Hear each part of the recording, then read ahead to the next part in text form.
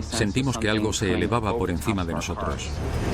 Un avión comercial sobrevuela Washington, D.C. Las llamas salían del Pentágono.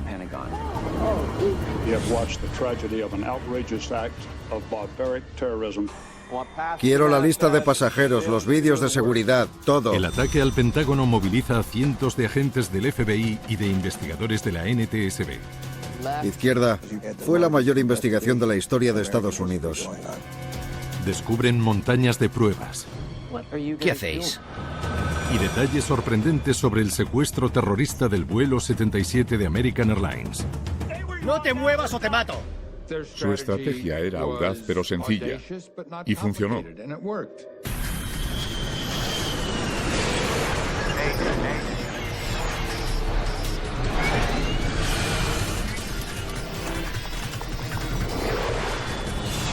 Mayday, catástrofes aéreas.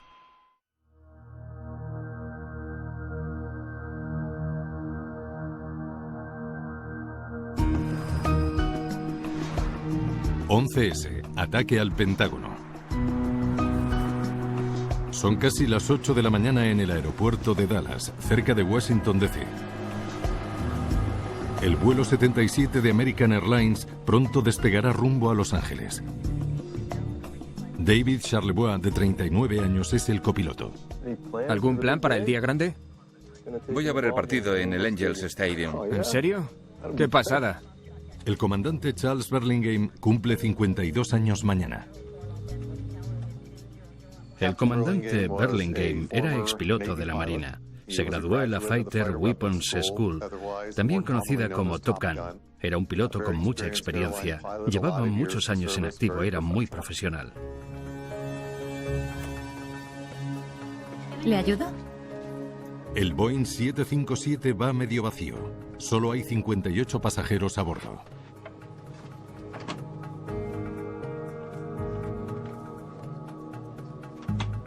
No, ese día no puedo en todo el día. ¿La semana que viene? Barbara Olson se dirige a Los Ángeles para participar en un programa de televisión.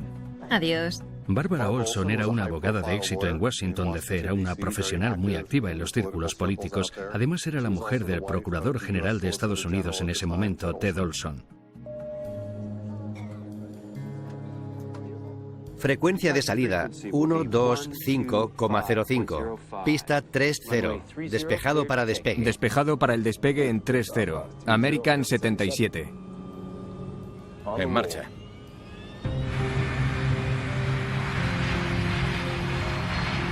A las 8:20, el vuelo 77 de American Airlines comienza a rodar por la pista.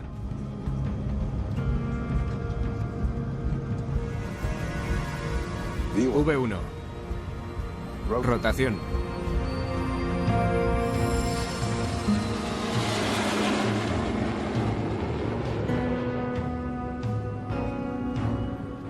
Era un día precioso.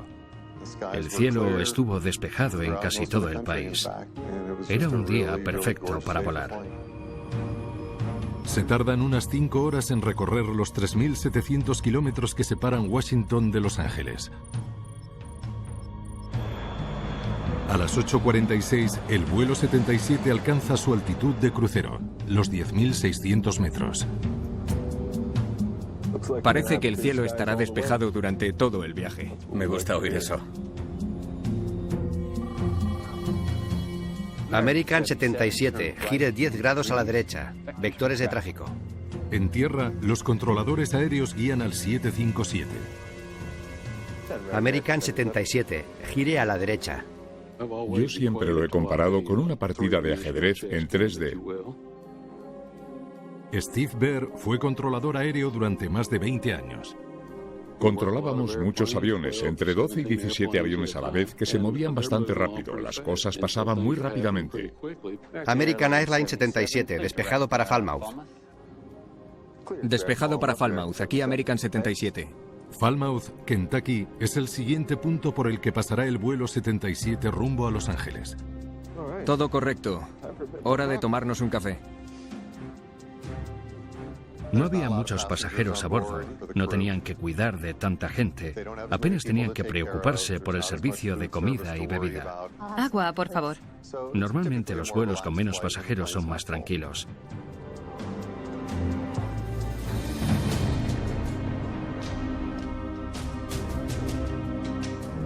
Tras 34 minutos de viaje, los controladores notaron algo extraño. ¿Qué hacéis? El vuelo 77 se está desviando de su ruta.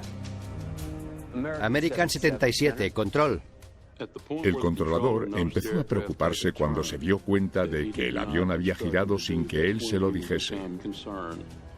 American 77, responda por radio. 2 minutos después, su preocupación se convirtió en alarma. Responda por radio.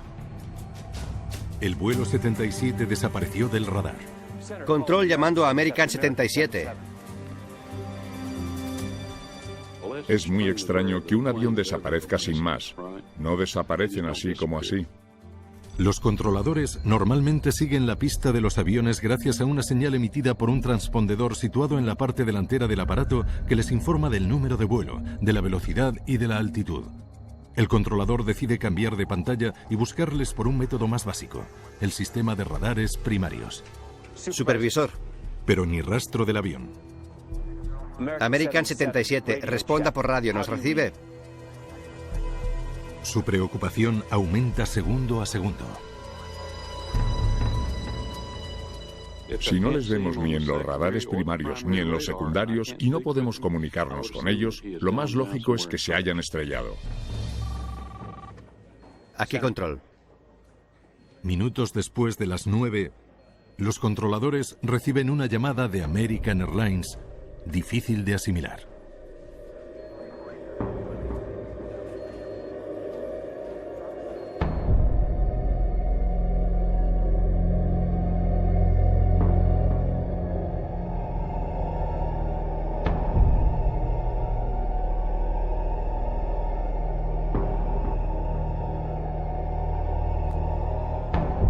Es martes 11 de septiembre de 2001.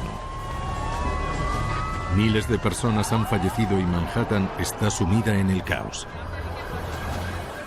Casi todo el mundo que lo vio, ya fuera por televisión o allí mismo en directo, supo que no era un accidente.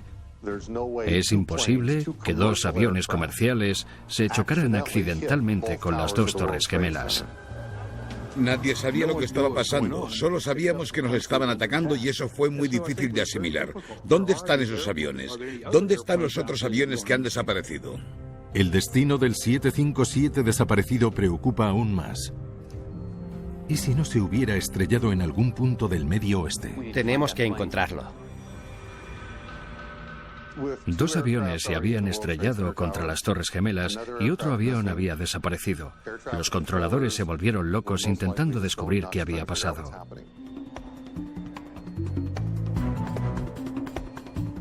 Supervisor.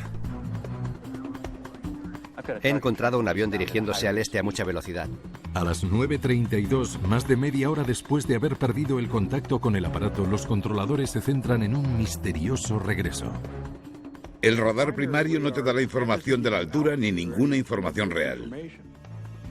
Si se trata del vuelo 77, eso significaría que está volviendo a Washington. Hay que avisar a Washington. La capital de Estados Unidos podría ser el siguiente objetivo. En ese momento, cuando se enteró de los ataques que había sufrido el país, seguro que pensó que ese avión había sido uno de los aparatos secuestrados. Gopher 06, ¿veis un avión comercial? Los controladores preguntan a otro piloto para intentar recabar algo de información. Llaman por radio al único avión que está cerca, un avión de carga de la base militar Andrews. Parece un 757 de American Airlines.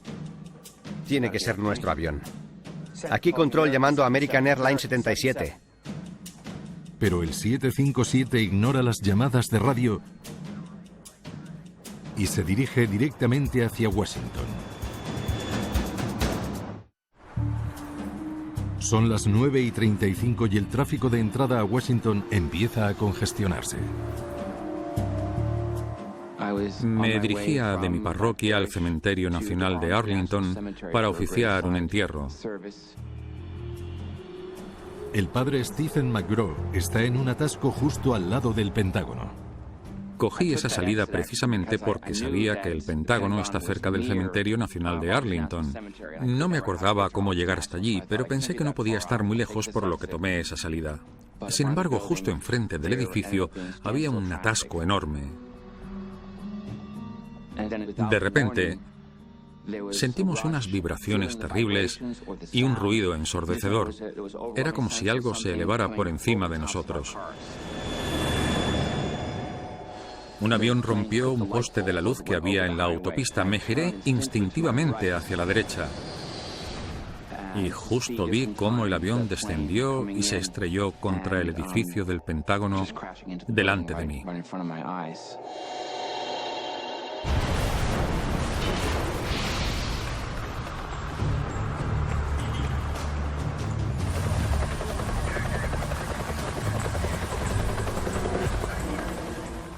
Había dos nubes enormes de humo que salían de dos ventanas de la parte superior del Pentágono y las llamas lo cubrían todo.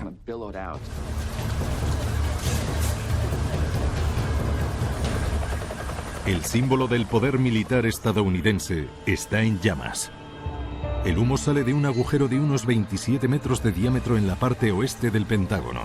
Una sección entera del edificio se ha derrumbado. No había oído nada del ataque a las Torres Gemelas. No tenía la radio puesta. No sabía nada, por lo que me imaginé que había sido un accidente.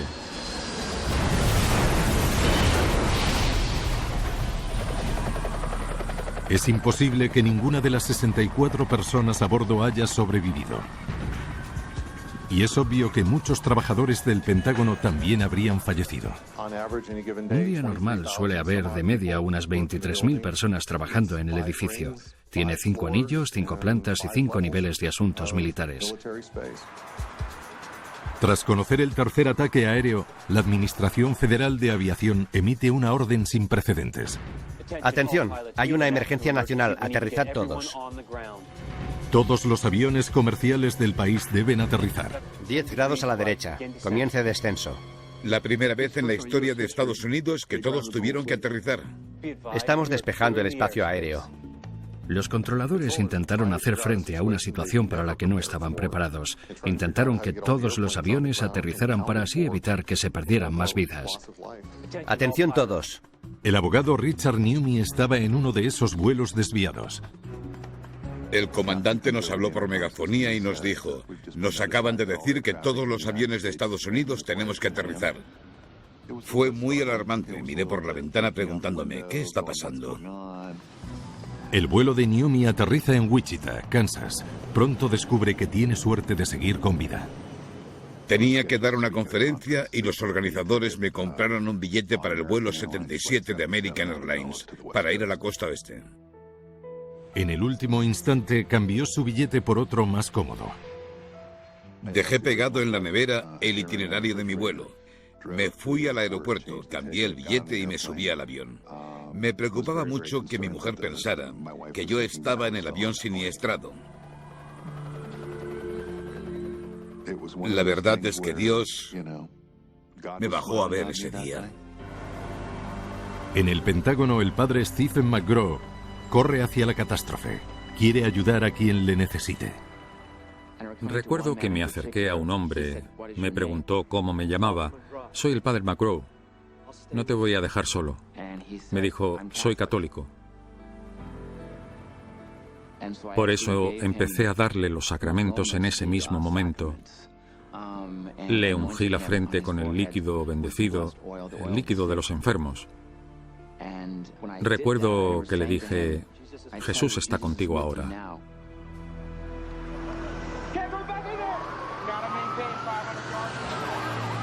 Miles de militares evacúan el Pentágono en llamas. Estados Unidos está en alerta máxima. Al otro lado del río Potomac, la búsqueda de los responsables ya ha comenzado. Quiero la lista de pasajeros, los comentarios de los testigos, los vídeos de seguridad. Nos estábamos preparando para dar respuesta a lo sucedido en Nueva York cuando, de repente, el accidente en el Pentágono nos hizo cambiar de planes. El supervisor del FBI, John Perren, crea un comando en Washington. Nos dimos cuenta de que nos estaban atacando. Es una situación por la que no habíamos pasado nunca. Estábamos en guerra. Pero antes de que nadie supiera la verdadera magnitud de lo que había pasado, se produjo otra amenaza. La Administración Federal de Aviación avisa de un cuarto secuestro. Nos alertaron de que había otro avión que se dirigía a Washington, D.C. Nos dijeron que no lograban contactar con él desde hacía 8 minutos. Lo que hicimos fue enviar francotiradores con prismáticos al tejado para divisarlo. En todo Estados Unidos, el tráfico aéreo está detenido. Había cientos y cientos de aviones aparcados sin moverse. Después, a las 10:15, un enorme cráter en una zona rural de Pensilvania revela el destino final del cuarto avión secuestrado. Lo más asombroso de ese vuelo es que los pasajeros intentaron tomar el control del avión. Fracasaron en el sentido de que el avión se estrelló, pero lograron que no se estrellara contra el objetivo que los terroristas tenían en mente. 4 aviones de pasajeros secuestrados y convertidos en bombas volantes. Casi 3.000 personas fallecidas. We have watched the tragedy of an outrageous act of barbaric terrorism carried out by fanatics against both civilians and military. Nunca, ni en nuestras más horribles pesadillas, hubiéramos pensado que secuestrarían aviones llenos de gente y los convertirían en misiles. Los estadounidenses no estamos acostumbrados a que nos ataquen. Siempre pensamos que hay un océano Pacífico y un océano Atlántico de por medio, y que esas cosas no pasan aquí. Creo que ese día nos dimos cuenta de que el mundo había cambiado.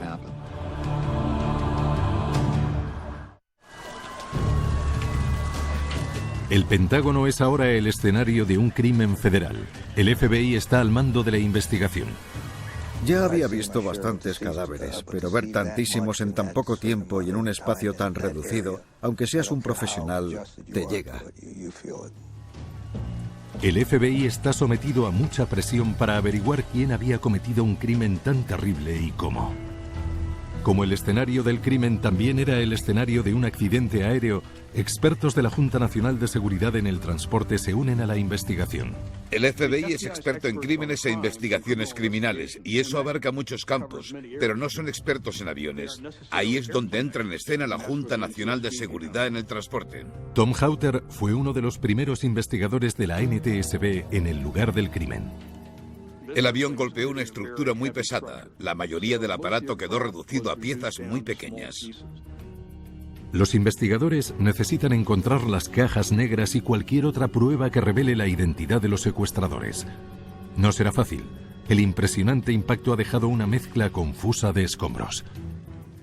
Teníamos 5 o 6 personas que en diferentes momentos ayudaban a analizar los restos y la estructura para intentar identificar las partes del avión para el FBI. Miraban todo lo que sacábamos del lugar del crimen y lo identificaban como parte del avión o no. Era evidente que necesitábamos ese tipo de experiencia en la investigación. Cientos de investigadores trabajan a contrarreloj. El riesgo de que la estructura tan terriblemente dañada se derrumbe es un peligro constante. Los ingenieros tenían una técnica para ver si el edificio empezaba a derrumbarse. En caso de que notaran que se movía o que se derrumbaba, todos salíamos corriendo. ¡Todos fuera!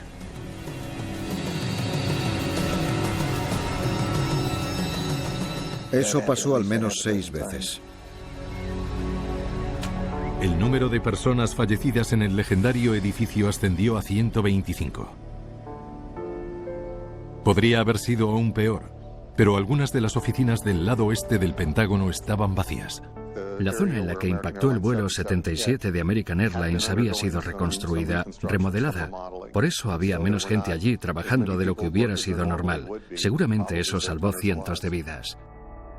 Mientras la nación intenta afrontar la magnitud de la devastación, los agentes del FBI ya cuentan con información muy valiosa sobre cómo los vuelos se convirtieron en armas mortíferas. Algunos pasajeros lograron llamar por teléfono desde el aire y describieron su calvario. ¡Todos a la parte trasera del avión, ya!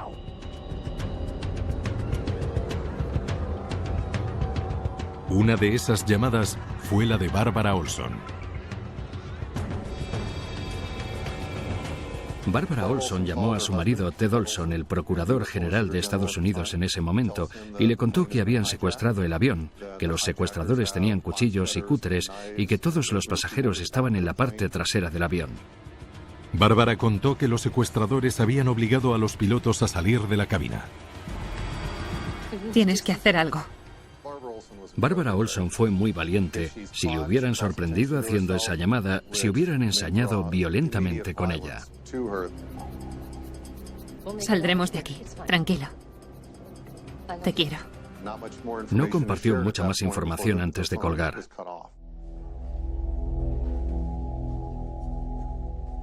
Los pilotos pensarían que, al colaborar, nadie saldría herido. Antes de los ataques terroristas del 11S, a todos los pilotos se les dijo que debían colaborar con los secuestradores, hacer lo que estos quisieran y ganar tiempo. Mantengan la calma, por favor. Vayan todos a la parte de atrás. Antes, lo habitual era que, cuando secuestraban un avión, este acababa aterrizando y el FBI entraba en escena. Tras horas de negociación lograban acabar con el secuestro. Nadie pensó que estos aviones acabarían estrellándose en edificios. Los investigadores ya saben cómo los secuestradores se hicieron con el control del vuelo 77. Pero ¿quiénes eran? ¿Cómo pudieron llevar a cabo su letal ataque? En el aeropuerto de Dallas se produjo un avance esencial en la búsqueda de pruebas. La seguridad del aeropuerto identifica un coche sospechoso abandonado en uno de los aparcamientos. Lo que encuentran dentro es asombroso. Fue un tesoro oculto lleno de pistas. Entre los objetos encontrados se incluyen un cúter, esquemas de los instrumentos de vuelo y documentos con nombres de Oriente Medio marcados. Analizan la lista de los pasajeros del vuelo 77 para ver si alguno de los nombres coincide. No tardamos mucho en saber quiénes eran los secuestradores. Las pistas apuntan a 5 secuestradores. 3 iban en primera clase y 2 en turista. Relacionan a los atacantes del Pentágono con los 14 sospechosos de los otros 3 aviones secuestrados. Enseguida encontraron coincidencias. Por ejemplo, que 15 de los secuestradores eran de Arabia Saudí y que la mayoría llevaba bastante tiempo en Estados Unidos. Identificar a los secuestradores es clave, pero sigue habiendo importantes preguntas sin resolver. ¿Cómo pudieron pasar armas y burlar a la seguridad en un aeropuerto tan moderno? ¿Cómo pudieron pilotar un avión comercial tan sofisticado hasta estrellarlo contra el Pentágono?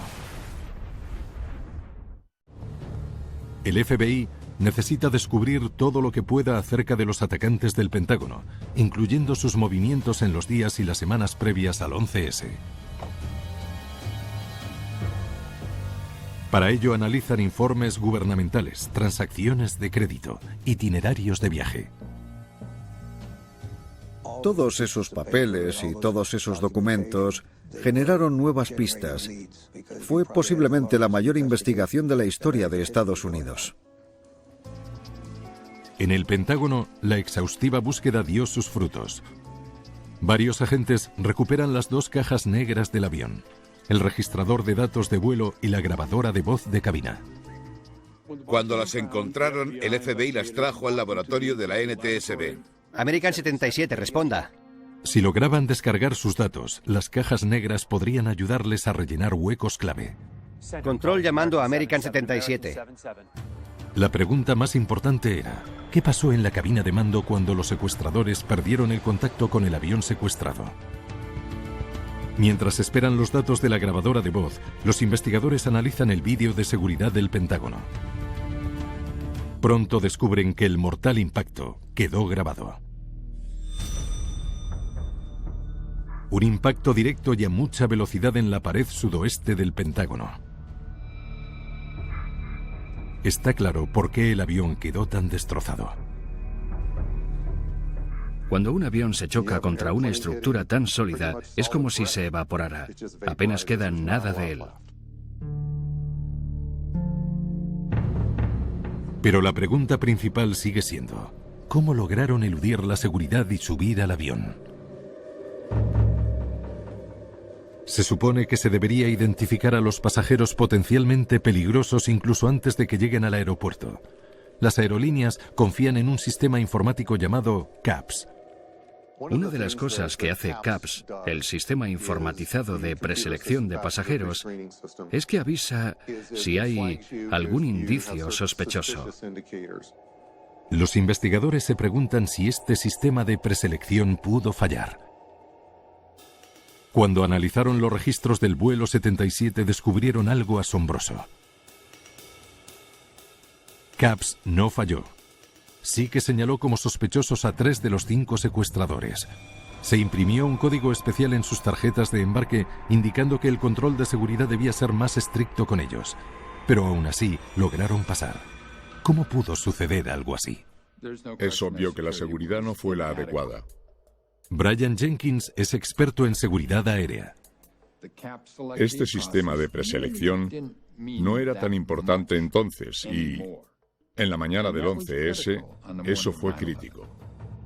Los investigadores descubren que el control de seguridad adicional fue mínimo. Nadie buscó a los pasajeros seleccionados por CAPS. Lo único que hizo la aerolínea fue mantener sus maletas fuera del avión hasta después de su embarque. Cuando estuvieron seguros de que iban a embarcar, subieron sus maletas al avión. Se supuso que el mayor peligro era una bomba en el avión. Y se supuso que los terroristas no eran terroristas suicidas. Tras años sin un incidente importante, parece que las aerolíneas se habían relajado. Su prioridad era el servicio al cliente, la eficiencia, que la gente caminara por las terminales sin demora. La seguridad no lo era. Pero Washington Dallas, como todos los principales aeropuertos, tiene más de una barrera de seguridad. ¿Cómo pudieron eludir los secuestradores los detectores de metal? ¿Tenían un elaborado sistema para ocultar sus armas? Los investigadores esperan que el vídeo de seguridad del aeropuerto de la mañana del 11 de septiembre arroje algo de luz al misterio. Sí que hubo seguridad. Se buscó bombas en los pasajeros, bombas en los equipajes, pistolas, lo normal hasta entonces. Los 2 primeros secuestradores llegaron al control de seguridad a las 7:20 de la mañana. Uno de ellos pasa tranquilamente por el detector de metales sin levantar sospecha alguna. Con el segundo sí que suena la alarma. Lleva algo de metal. El detector descubrió el arma. El proceso de seguridad continúa. Uno de los agentes le pasa un detector de metales por el cuerpo. El resultado es negativo. Lo han hecho miles de veces. Vaya, ha sonado la alarma. Me imagino que tendré que pasarle el detector por el cuerpo. ¡Hala, ya está! En lugar de analizarle más a fondo, la seguridad le deja marchar. Hay muchos más pasajeros detrás. Que pase. En ese momento, el listón de seguridad para las personas que pasaban por los puntos de control era muy bajo. No inspeccionaron a fondo a ninguno de los secuestradores. Aunque era obvio que uno de ellos llevaba algo que parecía una herramienta o un cuchillo.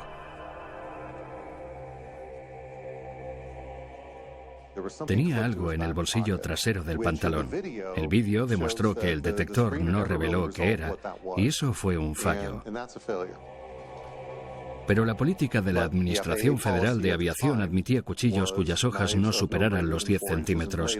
Aunque les hubieran encontrado los cuchillos y los cúteres, podían haberlos subido a bordo según la normativa de la Federación en aquel momento. Los investigadores llegan a una demoledora conclusión. Los terroristas del 11S no tenían ningún elaborado plan para evitar la seguridad de los aeropuertos porque no la necesitaban. Lo más alarmante de su secuestro es que era muy sencillo. Es como tener alarma en toda la casa y olvidarte de poner un detector en la puerta trasera. Luego te preguntas, ¿entrarían por ahí? Su estrategia era audaz pero sencilla, y funcionó. Los 5 lograron atravesar la seguridad del aeropuerto y subirse al avión. Pero embarcar con armas era solo el primer paso. ¡Todos a la parte trasera del avión, ya! El gran misterio que queda por resolver es cómo los secuestradores pudieron llevar a cabo el resto de su mortífera misión.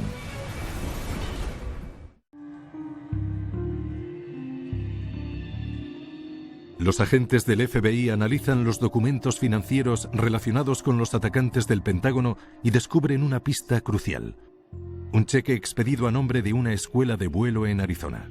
Los registros muestran que el ciudadano de Arabia Saudí, Hani Hanjour, pasó varios años intentando convertirse en un piloto de aviones comerciales.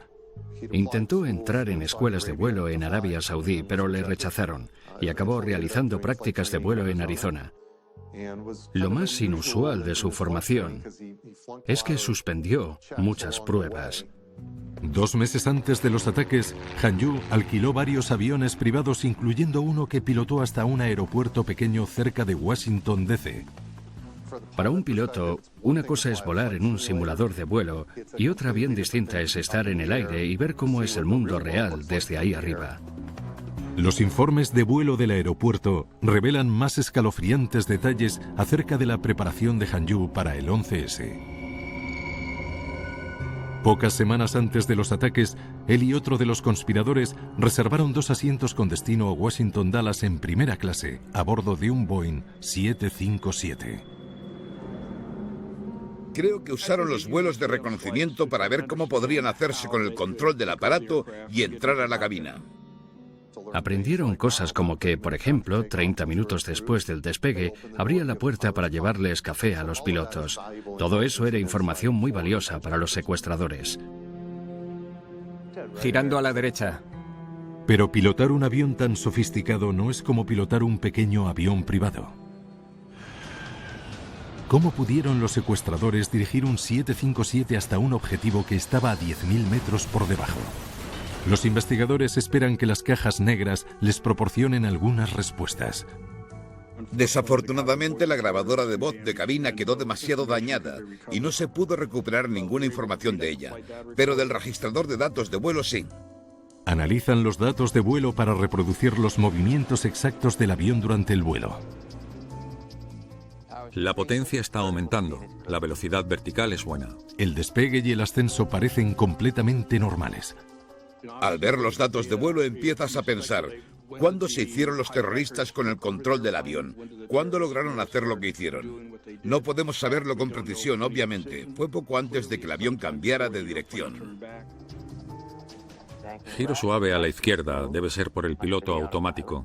Los datos revelan cómo los secuestradores lograron que el 757 diera la vuelta.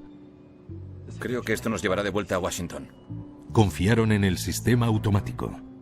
No necesitas ser buen piloto si el piloto automático está activado. Basta con añadir un rumbo y una velocidad aerodinámica al piloto automático. El avión podía hacerlo casi todo por ellos. Ni siquiera tuvieron que introducir muchos datos. ¿Por qué volvemos? ¡Silencio!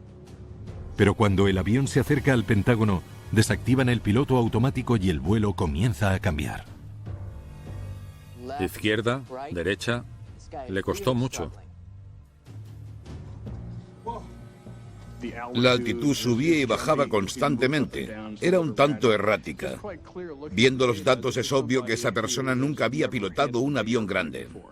Deberíamos dejar el piloto automático hasta que estemos cerca. El secuestrador enseguida vuelve a activar el piloto automático para ayudar a que el 757 descienda. Estamos descendiendo. Lo más probable es que nunca hubiera pilotado un avión a tanta altitud. Descender desde 10.000 metros hasta casi el nivel del suelo es una maniobra muy difícil, y él solo lo había hecho en aviones pequeños. Pero el piloto automático no estaba preprogramado para volar hasta la ubicación exacta del Pentágono. Está justo enfrente. Desactiva el piloto automático. 8 minutos antes del impacto, el secuestrador tuvo que pilotar de nuevo manualmente.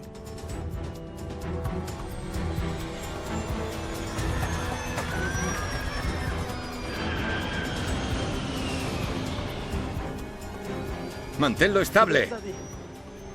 A solo 6 kilómetros del Pentágono seguían volando a más de 2.000 metros de altura. Estamos muy alto. No podremos chocarnos contra el Pentágono.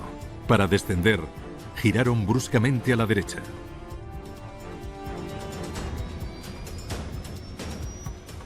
No calculó bien la velocidad y la altura y tuvo que hacer un giro de 60 grados. El avión iba a mucha velocidad y corría el riesgo de desintegrarse. Por eso hizo un círculo para descender y reducir la velocidad y poder chocarse contra el Pentágono.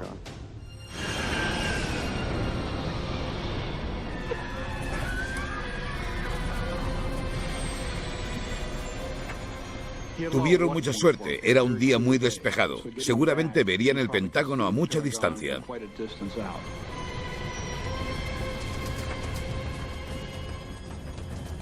En los segundos finales, aceleraron a máxima velocidad hasta el punto de que el avión corrió peligro de desintegrarse. Tierra, tierra. Seguramente les saltaran las alarmas por la excesiva velocidad, pero no les importó.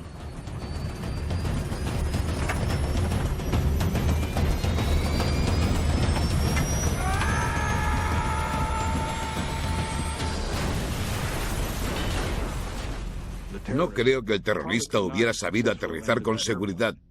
Estrellarse es mucho más fácil que aterrizar bien, y lo demostraron.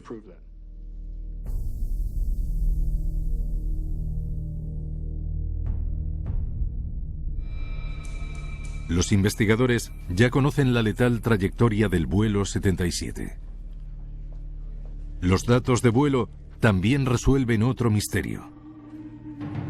¿Por qué los controladores perdieron el contacto por radar con el 757 cuando comenzó todo? Control llamando a American 77. Parece que alguien apagó deliberadamente el transpondedor aquí.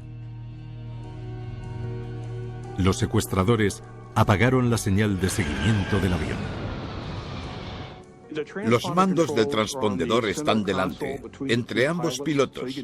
Se puede desactivar muy fácilmente.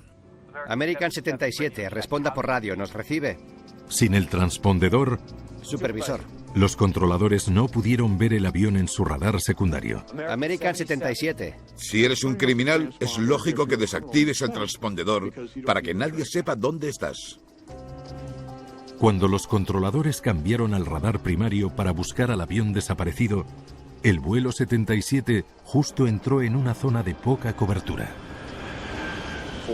Los terroristas tuvieron mucha suerte de que el vuelo 77 de American Airlines justo pasara por una zona de cobertura muy limitada, pero no es de extrañar ya que todos los kilómetros cuadrados de Estados Unidos están cubiertos por radares. Puede que la suerte ayudara a los secuestradores a estrellarse contra su objetivo, pero los investigadores del FBI saben que el ataque estuvo planeado hasta el más mínimo detalle. Escogieron sus asientos a conciencia.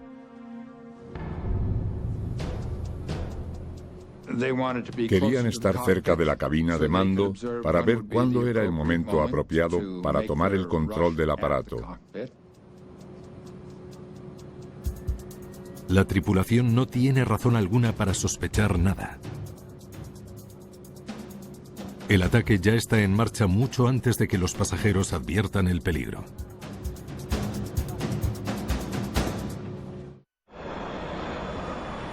El destino del vuelo 77 ya está escrito. Honey Hanyu iba a ser piloto. Lo más lógico es que no participara en las etapas iniciales del secuestro. No me hagas daño. Porque si en algún momento le herían o mataban, la misión no podría llevarse a cabo. Abre la puerta o te rebanamos el cuello. Vale, vale. Los auxiliares de vuelo llevan llaves de la puerta de la cabina de mando. Una opción era amenazar a uno de ellos, quitarle la llave y abrir la puerta. ¡Fuera de la cabina! ¡Ya! Los pilotos no tuvieron tiempo de avisar a las autoridades. Hay un código de secuestro que podrían haber introducido en el transpondedor, pero eso no llegó a pasar. Tranquilos, tranquilos. No le hagáis daño a nadie. Era la auxiliar de vuelo con la que llevarían años viajando. Cuando uno de tus mejores amigos está al otro lado de la puerta con un cuchillo en la yugular, no es lo mismo que si fuera una persona que no conoces. ¡Todos a la parte trasera del avión! ¡Ya! Los secuestradores comienzan el descenso. American 77, responda por radio. ¿Nos recibe? Te quiero. Nos vemos pronto. Es improbable que la tripulación o los pasajeros pensaran que iban a usar el avión como misil. El errático pilotaje seguro que llamó la atención del comandante, pero no podía hacer nada. ¡Dejadme entrar en la cabina! ¡No te muevas o te mato!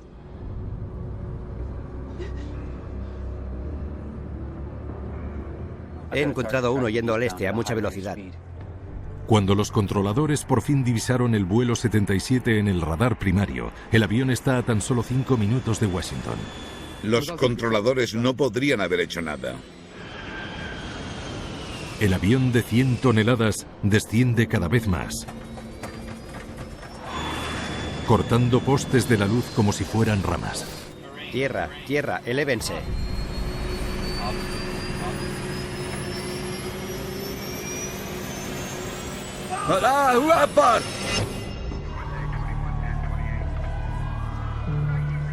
El 11S sacudió nuestros cimientos.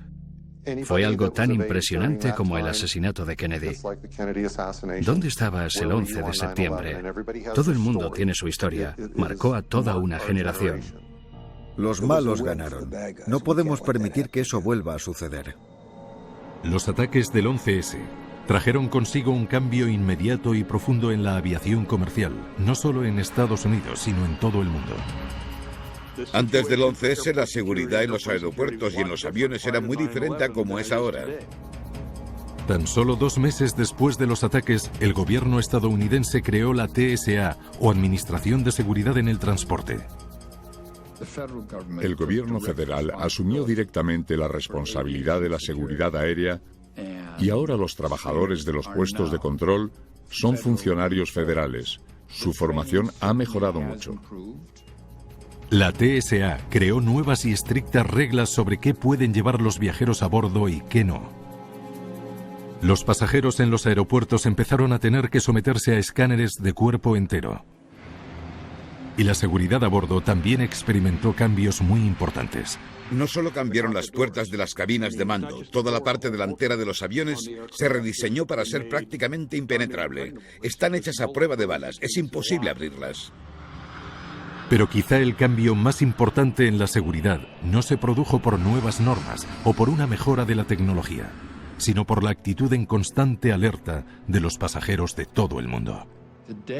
Hoy en día, creo que si los pasajeros se sienten amenazados por un posible secuestro, no se quedarían quietos. Si ves a alguien que se levanta del avión y empieza a gritar mientras corre hacia la parte delantera del avión, tienes la opción de quedarte sentado en tu asiento como si la cosa no fuera contigo, o la opción de levantarte y plantarle cara. Y te aseguro que te levantarías. El paradigma ha cambiado.